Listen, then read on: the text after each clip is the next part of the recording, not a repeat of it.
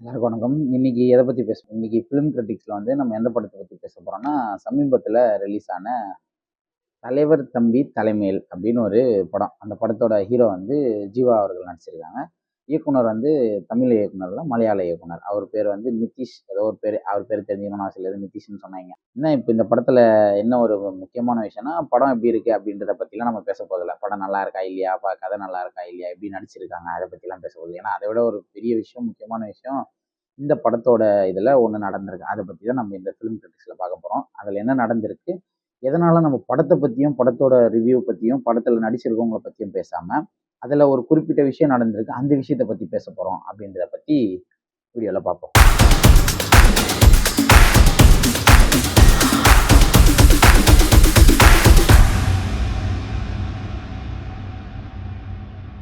இந்த தலைவர் தம்பி தலைமேல் அப்படின்ற இந்த படத்த ஒரு மலையாள இயக்குனர் இயக்கியிருக்காரு. அது ஒரு கதை போது. ஒரே இடத்துல அவர் ஒரு ஊர் தலைவர். அந்த ஹீரோ அவர் ஒரு 2 குடும்பத்துக்கு நடக்கிற பிரச்சனையை நோக்கி அந்த கதை நகர்ந்துட்டு இருக்கு. கதை போது. அதெல்லாம் இப்போ நமக்கு மேட்டர் இல்லை. இப்போ என்ன பிரச்சனைனா, படம் ஒரு லெவலுக்கு மேல ஒரு விஷயம் போய் முடிஞ்சிருச்சு. படம் முடிஞ்சதுக்கப்புறம் அவங்க அந்த இடத்துல வேணும்னே, அதாவது இந்த படத்துக்கு பண்ண ப்ரொமோஷன்கள், படத்துல அவங்க பண்ண ப்ரொமோஷன் இருக்குல்ல, அது எவ்வளவு கேவலமான விஷயம். ஒரு கேவலமான ப்ரொமோஷனை இந்த படம் பண்ணியிருக்கு. இந்த படத்துல நடிச்சிருக்க ஹீரோவும் டைரக்டரும் அதை பண்ணியிருக்காங்க. இந்த ப்ரொடியூசரும் அதை பண்ணியிருக்காங்க. அப்படி என்ன ஒரு கேவலமான விஷயம் பண்ணியிருக்காங்க அப்படின்னா, சமீபத்துல ஒரு டிவிகே, அதாவது விஜய் அவர்கள் நடத்திய அந்த கரூர் பிரச்சனை நம்ம எல்லாருக்குமே தெரியும். அந்த கூட்ட நெரிசல்ல 41 உயிர்கள் பரிதாபமா போச்சு. அதாவது குழந்தைகள் முதற்கொண்டு, பெண்கள் இருந்து ஆண்கள் எல்லாருமே, குழந்தைகள்லாம் நெஞ்செலும்பு உடைஞ்சி அந்த கூட்ட நெரிசல்ல பிதுங்கி உடல் வெளியில ஒரு குழந்தை அங்க, அந்த ரசிகர்கள் என்ன பண்ண, அந்த மரத்துல ஏறி அந்த மரோட கீழே உடைஞ்சி அந்த குழந்தையோட நெஞ்சிலிருந்து வயிறு வரையும் கிழிச்சு அந்த குடல் வெளில ஒரு குழந்தை இறந்து போச்சு. ஒரு குழந்தை அந்த கூட்ட நெரிசல்ல நசுக்கி அந்த குழந்தையால மூச்சு விட முடியாம அந்த குழந்தை ஒண்ணு இறந்து போச்சு. ஸோ இந்த மாதிரி அங்க நிறைய பெண்கள், ஆண்கள், பெண்கள் சிறுநீர் கழிக்க முடியாம, வயிற்றுக்குள்ளேயே அடைஞ்சு மூச்சு விட முடியாம அந்த கூட்ட நெரிசல்ல செத்து போனாங்க. இந்த மாதிரி ஒரு கொடூரமான செயல், ஒரு கொடூரமான ஒரு விஷயம் இங்க நடந்துச்சு தமிழ்நாட்டுல. அந்த விஷயத்தை வச்சு இந்த படத்துக்கு ப்ரொமோஷன் பண்றானுங்க. அப்போ எவ்வளவு ஒரு கேவலமான ஜென்மமா இருப்பானுங்க. அந்த நடிகரும் சரி, அந்த இயக்குனரும் சரி. அவனுங்க மண்டையில எல்லாம் மூலகுதா இல்ல பீ இருக்குதான்னு தெரியல. அவ்வளவு ஒரு கேவலமான விஷயத்தை இந்த படத்துக்காக அவனுக்கு ப்ரொமோஷன் பண்ணியிருக்கான். அதாவது ஒண்ணும் இல்ல. அன்னைக்கு இந்த சம்பவம் நடந்த அந்த டைம்ல நம்ம கல்வித்துறை அமைச்சர் இருக்கார்ல, அன்பில் மகேஷ் பொய்யாமொழி அவர்கள் நடந்த இடத்துக்கு உடனடியா வந்துட்டாங்க. அதுல நிறைய முரண்கள், கருத்து வேறுபாடுகள் நிறைய இருக்கு.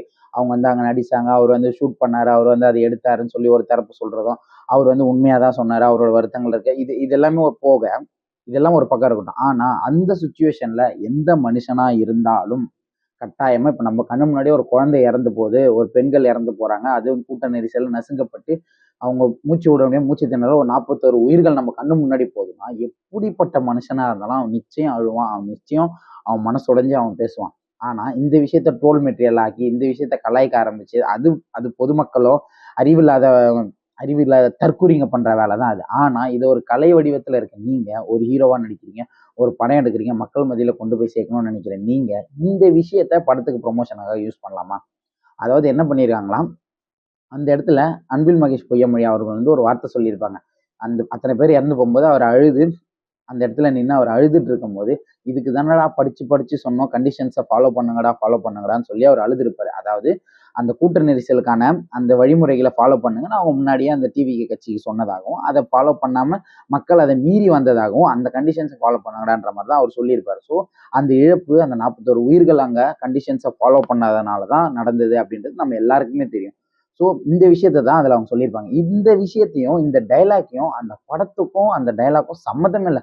படம் ஒரு ஃப்ளோல போயிட்டு அவன் ஒரு ஊர் தலைவரா இருப்பான், 2 குடும்பம் நடக்கிற பிரச்சனைகளை சால்வ் பண்ற மாதிரி அந்த படத்தை காமிச்சிருப்பாங்க. அவன் சால்வ் பண்ணி அது முடிஞ்சுதா இல்லையான்ட்டு அதை முடிச்சு வைப்பான். அதுதான் அந்த கதை. அது படம் முடிஞ்சிடும். அந்த 2 குடும்பத்துக்கான பிரச்சனையை அவன் சால்வ் பண்ணிடுவான். அங்க படம் முடிஞ்சிடும். முடிஞ்சதுக்கு அப்புறம் தேவையே இல்லாம ஒரு சீன், எக்ஸ்ட்ரா சீன் ஆட் பண்ணி வச்சிருக்காங்க. படம் பார்த்தீங்கன்னா உங்க எல்லாருக்கும் தெரியும், படம் பார்த்தவங்களுக்கும் தெரிஞ்சிருக்கும். தேவையில்லாம ஒரு எக்ஸ்ட்ரா சீன் ஆட் பண்ணி கிளைமேக்ஸ்ல வேணும்னே, அதாவது அது அவன் பேசக்கூட இல்லை, வாய்ஸ் ஓவர்ல அந்த டைலாக். அதாவது என்னன்னா, படத்தை எடுத்து முடிச்சிட்டாங்க, இப்போ எது ட்ரெண்ட்ல போகுதுன்னு பார்த்து இந்த விஷயம் கொஞ்சம் கலாய்க்கிற மாதிரி ட்ரெண்ட்ல போனதுனால இந்த ஒரு விஷயத்த அவனுங்க படத்துல எடுத்து ட்ரெண்ட்ல வைக்கணும் அப்படின்றதுக்காக இந்த டைலாக்கை வாண்டடா படத்துல வச்சிருக்கானுங்க. அப்போ இவர் கிளைமேக்ஸ்ல தண்ணி திறப்பாரு, தண்ணி வராது அவர் வீட்டுல. அப்போ அவங்க அம்மா கேட்பாங்க, ஊர் தலைவரான நீயே உன் வீட்லயே தண்ணி வரலையா அப்படின்னு சொல்லிட்டு. அப்போ இவர் அந்த டைலாக் வாய்ஸ் ஓவர்ல வரும். இவர் கேமரா பார்ப்பாரு, மக்களை பார்ப்பாரு. உடனே இதுக்கு தான் கண்டிஷன்ஸை ஃபாலோ பண்ணுங்கடா, ஃபாலோ பண்ணுங்கடான்னு சொன்ன மாதிரி. எவ்வளோ ஒரு கேவலமான ஜென்மமா இருந்தா நீ ஒரு 41 உயிர்கள் இறந்து போயிருக்கு. அந்த விஷயத்துல நடந்த ஒரு இன்சிடென்ட் அது. அதை நீ கலாய்க்கலாமா? இல்ல அதை நீ ப்ரொமோஷனுக்கு யூஸ் பண்ணலாமா? நீ ப்ரொமோஷனுக்கு யூஸ் பண்ண எவ்வளவு யூஸ் பண்ணலாமே. இந்த 41 உயிர்கள் போன விஷயத்த தான் யூஸ் பண்ணணுமா? ஏன் நீ தமிழனா இருந்தா அதை பண்ணியிருப்பியா? நீ ஒரு மார்வாடி, நீ மார்வாடின்றதுனால அதை நீ பண்ணிட்ட. அவன் ஒரு மலையாளி, மலையாளி மார்வாடியும் சேர்ந்து தமிழர்கள் 41 பேர் இறந்தது உங்க 2 பேருக்கும் விளையாட்டா இருக்கு. அதை நீங்க ப்ரொமோஷன் யூஸ் பண்ணிப்பீங்க, பணம் சம்பாதிக்க யூஸ் பண்ணிப்பீங்க. இதுல இன்னொரு விஷயம் என்னன்னா, அதை கேட்குறாங்க இன்டர்வியூல. அதாவது படத்தோட ப்ரொமோஷனுக்கு வரும்போது கேட்குறாங்க, ஜேர்னலிஸ்ட்லாம் அவரை கேட்குறாங்க ஜீவாவை பார்த்து, இந்த மாதிரி ஒரு டைலாக் வச்சிருக்கீங்களா? அது இந்த மாதிரி சூழ்நிலையில் நடந்த ஒரு டைலாக். அதை நீங்க படத்துல வைக்க காரணம் என்ன? எதனால அதை வச்சீங்கன்னு கேட்டா, அது வந்து அவன் சொல்றான், அது வந்து ட்ரெண்டா இருந்தது இல்லைங்க. நாங்க படத்தை ப்ரொமோஷன் பண்றதுக்கு ட்ரெண்டை பார்த்து வச்சோம். உனக்கு 41 உயிர் செத்து போனது உனக்கு ட்ரெண்டாடா? அதுதானே இப்போ நீங்க ட்ரெண்டிங்கிற ஒரு விஷயம் வந்து அதுக்கேற்ற மாதிரி தானே எல்லாம் பண்ணிட்டு இருக்கோம். ஸோ அது டைரக்டர் கிட்ட கேட்க வேண்டிய கேள்வி அது. அவர் தான் இந்த நேரத்தில் இந்த மாதிரி டைலாக் ஒன்று போட்டால் கொஞ்சம் நல்லா இருக்கும் அப்படிங்கிற மாதிரி சொன்னார். நான் ஏன் கரெக்ட் தானே. ஸோ நானும் கொஞ்சம் வெளியே அதை பேசிட்டேன். பட் அதுக்கு ஒரு பெரிய ரெஸ்பான்ஸும் கிடைச்சது மக்கள் மத்தியில். அண்ட் மற்றபடி யாரையும் ஹர்ட் பண்றதோ புண்படுத்துறதோ எதுவும் கிடையாது. ஒரு பியூர்லி என்டர்டைன்மெண்ட் தான். இது வேற மானங்கட்ட நாயை நீங்களும் இது வந்து இவர் வந்து பிரபலமா வேற சொல்றாரு அது டிவியில வேற. இது வந்து ட்ரெண்டில் போயிட்டு இருக்குங்க. அதனால எப்படி இப்போ உங்க வீட்டில் ஒருத்தர் செத்து போயிட்டாங்க, உங்க அப்பனோ இல்லை உங்க குடும்பத்தில் யாரோ ஒருத்தர் செத்து போயிட்டாங்க.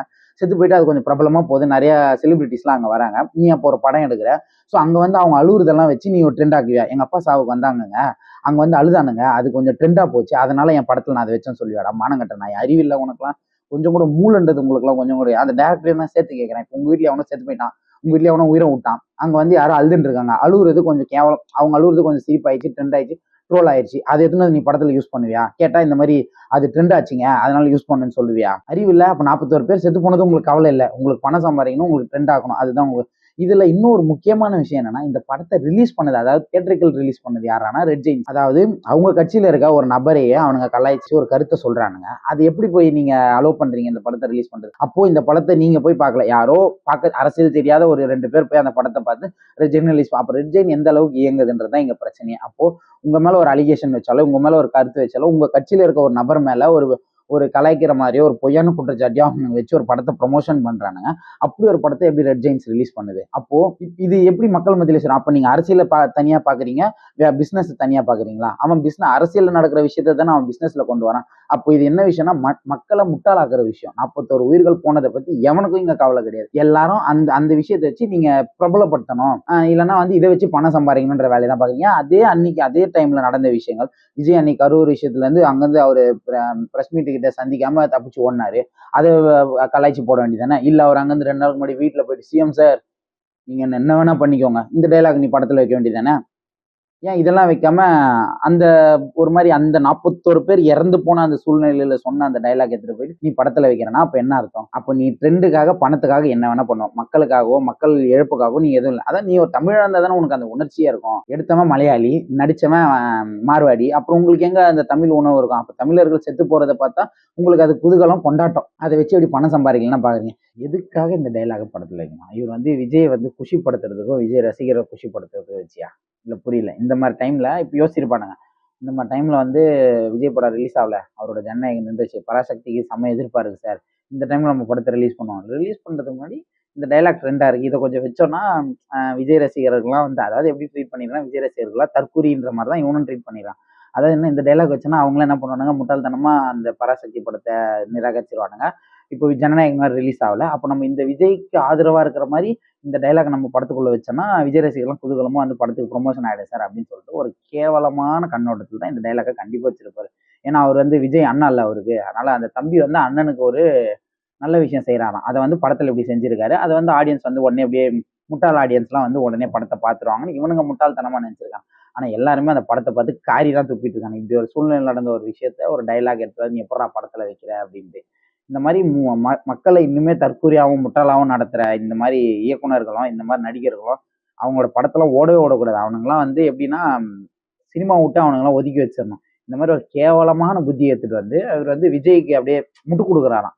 அந்த டைலாக் நம்ம வச்சா விஜய் ரசிகர்லாம் உடனே அந்த படத்தை பார்த்துருவானுங்க அப்படின்னு சொல்லிட்டு ஒரு கேவலமான புத்தியில ஒரு பணக்கார மைண்ட் செட், அந்த பணத்தை சம்பாதிக்கிற ஒரு மைண்ட் செட்ல மட்டுமே யோசிச்சு மக்களோட வழிகளையும் மக்களோட இழப்புகளையும் புரிஞ்சிக்காம அந்த மார்வாடி ஜீவாவும் அந்த மலையாளி டைரக்டரும் இப்படி ஒரு கேவலமான படத்தை எடுத்து கேவலமான ஒரு விஷயத்தை வச்சு ட்ரெண்ட் பண்ணணும்னு நினைக்கிறானுங்க.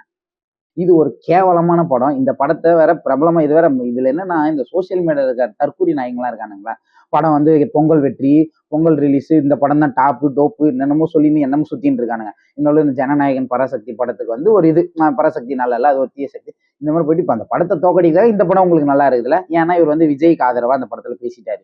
சோ அவங்களை கலாய்ச்சி பேசணும்னா உங்களுக்கு ஏன்டா கொஞ்சம் கூட ஒரு புத்தி இருக்குதாடா, அறிவு இருக்காடா உங்களுக்குலாம், இந்த படத்தை தூக்கி பேசுறவனுங்களுக்குலாம் கொஞ்சமாவது ஒரு காமன் சென்ஸ் இல்ல. விஜய் அரசியல், திமுக அரசியல் அதெல்லாம் விட்டுருங்கடா. 41 உயிர் செத்து போயிருக்குல்ல, 41 உயிர் நம்மள விட்டு போயிருக்குல்ல.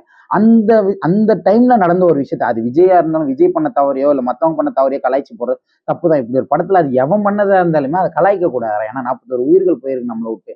அந்த விஷயத்த போய் கலாய்ச்சி அது ட்ரெண்டா இருக்கு, அதனால என் படத்தோட ப்ரொமோஷன் யூஸ் பண்ணிக்கிறேன்னு ஒருத்தன் சொல்றான்.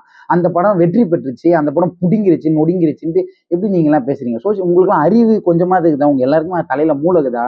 இல்ல எதனா பீ எடுத்து உங்க தலையில வச்சுட்டானுங்களான்னு சத்தியமா புரியல. இது வேற சிரிச்சு ரசிக்கிறீங்க. அந்த டைலாக் வரும்போது தியேட்டர்ல விசில் வச்சு கொண்டாடுறானுங்க. யோசிக்க மாட்டீங்க. உங்க வீட்டுல ஒருத்தர் செத்து போயிட்டாங்க, உங்க வீட்டுல ஒரு குழந்தை செத்து போச்சு, நீ பெத்த புள்ள செத்துச்சு, அந்த புள்ள செத்து போனதுக்கு நீ அழுவுற, அது கொஞ்சம் ட்ரெண்ட் ஆகுது, அது எத்தனை படத்துல வச்சு இந்த மாதிரி ஒரு அழுது ட்ரெண்ட் ஆச்சுங்க, அவர் சொன்ன டைலாக் ட்ரெண்ட் ஆச்சுங்க, அதனால அந்த டைலாக் நான் என் படத்துல வச்சேன்னு சொன்னா ஒத்துப்பீங்களா? கொஞ்சமா அது யோசிங்கடா. கொஞ்சமா அது புத்தியை சிந்திச்சு ஒரு விஷயத்த பாருங்க. அரசியல் எல்லாத்துலயுமே இருக்கு. அரசியல் எல்லாத்துலயுமே அரசியல் பண்றானுங்க. அரசியல் தனியாவும் இல்ல இந்த மாதிரி என்டர்டைன்மெண்ட் தனியாவும் பார்க்காதீங்க. அரசியல் என்டர்டைன்மெண்ட் எல்லாத்தையும் ஒன்னாதான் அவனுங்க பாக்குறானுங்க. இதுல எனக்கு திமுக மேலயும் அந்த ரெட் ஜெயின்ஸ் மேலயுமே ரெட் ஜெயின்ஸ் திமுகவோட தலைமையில தான் இயங்குது. அது வந்து எப்படி நீங்க இந்த மாதிரி ஒரு படத்தை ரிலீஸ் பண்றீங்க? அப்போ பிசினஸ்க்காக நீங்களும் அந்த மாதிரி பண்றீங்க. அப்போ இங்க யாருமே மக்களுக்காக மக்கள் வழிகளை புரிஞ்சுக்கிறது யாருமே இல்லை. எல்லாம் ஒரு பிசினஸ். அந்த பிசினஸ் எப்படி நம்ம மக்கள் மத்தியில போய் கொண்டு சேர்க்கலாம்? அதாவது இவங்க எல்லாருமே இங்க இருக்க தமிழர்கள் எல்லாமே முட்டாள் கூட்டமா நினைச்சிட்டீங்க. அந்த முட்டாள்களை இப்படி நம்ம மாத்திட்டு இப்படி நம்ம போட்டா கூட அவங்களுக்கு தெரியாதுன்னு நினைச்சிட்டீங்களா? அப்படிலாம் கிடையாது தம்பி. எல்லாருக்குமே எல்லாமே புரியும். இந்த மாதிரி ஒரு கேவலமா படம் எடுக்கிறதுக்கு நீலாம் வந்து படம் நடிகை இதுல வேற ஒரு ஃபீல்ட் அவுட் ஆகி திரும்ப ஃபீல்டுக்குள்ள வந்துக்கிறாராம். உன் படம் ஓடவே ஓடாராம். உனக்கு நீ என்ன நடிச்ச அந்த படத்துல நடிச்சுக்கிறியா? ஒரு மனகடியும் கிடையாது, ஒரு டேலண்டும் கிடையாது. அப்போ உன் டேலண்ட்டை வச்சு நீ ஒரு படத்தை கொண்டு போய் மக்களுக்கு மத்தியில சேர்க்கணும்னு நினை, இல்ல நீ உன்னோட ஆக்டிங் மூலியமா மக்கள் மத்தியில கொண்டு போய் சேர்க்கணும். இந்த மாதிரி சுத்தி நடக்கிற விஷயங்களையும் இந்த மாதிரி ஒரு 41 உயிர்கள் போன விஷயங்களையும் வச்சு உன் படத்துக்கு ப்ரொமோஷன் தேவைன்னு நினைக்காத.